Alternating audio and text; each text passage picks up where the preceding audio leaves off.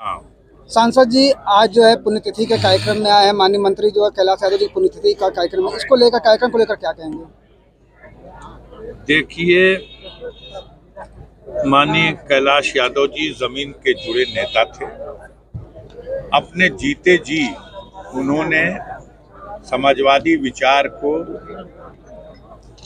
न सिर्फ गाजीपुर में बल्कि पूर्वांचल में सक्रिय रहकर जन जन तक पहुंचाया।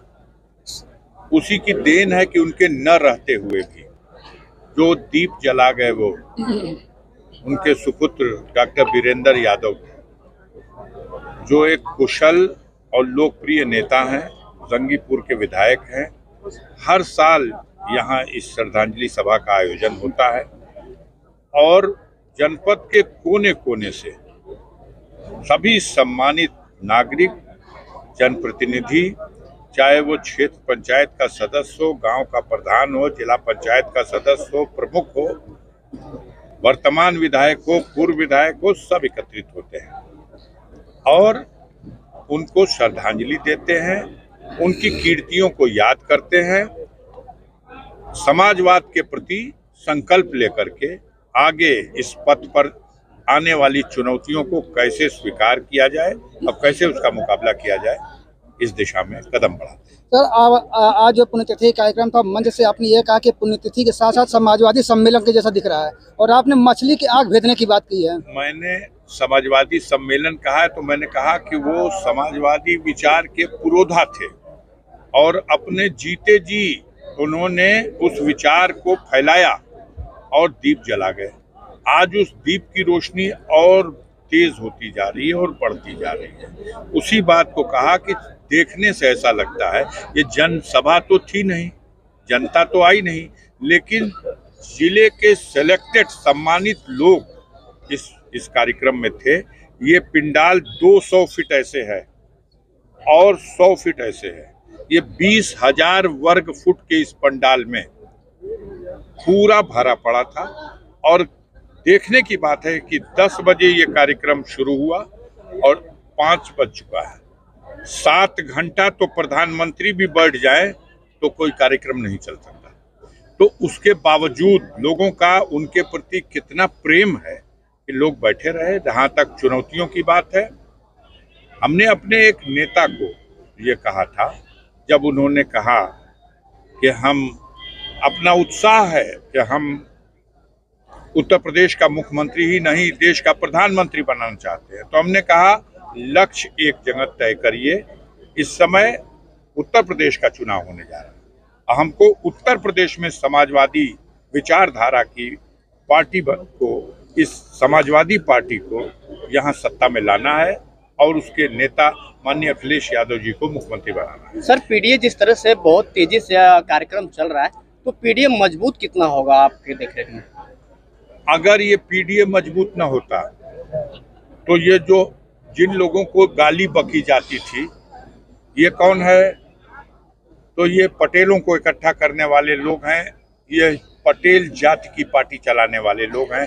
ये सोनेलाल पटेल को कहा जाता था, लेकिन आज सोनेलाल पटेल की बेटी अनुप्रिया पटेल को केंद्र की सरकार में सम्मानित कैबिनेट मंत्री का पद, उनके हस्बैंड को उत्तर प्रदेश सरकार में सम्मानित कैबिनेट मंत्री का पद। कहा जाता था संजय निषाद को ये जातवादी नेता है और संजय निषाद को आओ भैया हमारी सरकार में कैबिनेट मंत्री बन जाओ, अपने बेटे को पार्लियामेंट का चुनाव लड़ा लो। ओम प्रकाश राजभर को, जिनको कहा जाता था ये एक जात का नेता है, उस ओम प्रकाश राजभर को आओ भैया ओम प्रकाश राजभर जी आप कैबिनेट मंत्री बन जाओ उत्तर प्रदेश सरकार में, अपने बेटे को टिकट ले लो, पार्लियामेंट का इलेक्शन लड़ा लो। दारा सिंह चौहान जो विधानसभा का चुनाव हार गया, जनता ने खारिज कर दिया उनको, लेकिन उसके बाद भी दारा सिंह चौहान आओ तुम्हारी जात का वोट हमको लेना है, इसलिए तुमको हम कैबिनेट मंत्री बना रहे हैं। केशव मौर्य जो विधानसभा का चुनाव हार गए, जनता ने उनको खारिज कर दिया, वो विधायक का चुनाव नहीं जीत सके, उन्हें भी कहा गया आइए डिप्टी सीएम उत्तर प्रदेश में बन जाइए और अपने समाज का वोट दिला दीजिए। ये क्यों? ये सिर्फ इसलिए कि जो पीडीए का फार्मूला दिया है माननीय अखिलेश यादव ने, समाज के अंतिम व्यक्ति को भी जोड़ा जाए और यही समाजवाद की असली परिभाषा है। इससे नींद हराम हो गई है। अभी जो बाई इलेक्शन हुआ था, ये तो सीट मान लिए रिजर्व सीट थी। इसके पहले जो बाई इलेक्शन हुआ 9 सीटों का हुआ ना उत्तर प्रदेश में, 9 सीटों में 7 सीट वो जीते।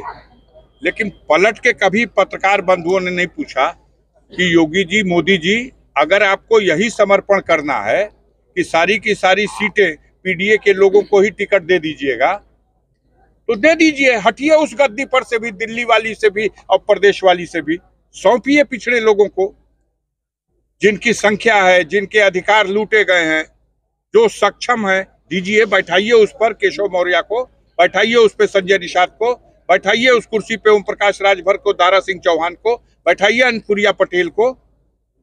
तो असली तो बात यह है कि इनको फंसाए रहो, इनके बदले इनके समाज का वोट लो और हर बार कहो कि रिजर्वेशन देंगे। रिजर्वेशन देना तो दूर, नौकरी ही खत्म कर दिया। सर, जिस तरह से अयोध्या में दलित बेटी के साथ हुआ है, पीडीए का नारा लेके आप चल रहे हैं और अवधेश प्रसाद जी गुहार कर रहे हैं, फिर भी विपक्ष सुनने को तैयार नहीं, तो मजबूती सत्ता पर सुनने को तैयार नहीं, कैसे मजबूती होगा सर आपका? देखिए, घटना दलित बेटी के साथ हुई है, बहुत दुखद है। किसी भी बेटी के साथ, इस राज में जो कहते हैं कि कानून का राज है, सबसे ज्यादा बेटियों की आबरू लूटने की घटनाएं हुई हैं। आपके जनपद में हुई हैं, कितनी घटनाएं हो चुकी, हत्या, बलात्कार, कानून व्यवस्था बिल्कुल पटरी पे आ चुकी है। लूट ही लूट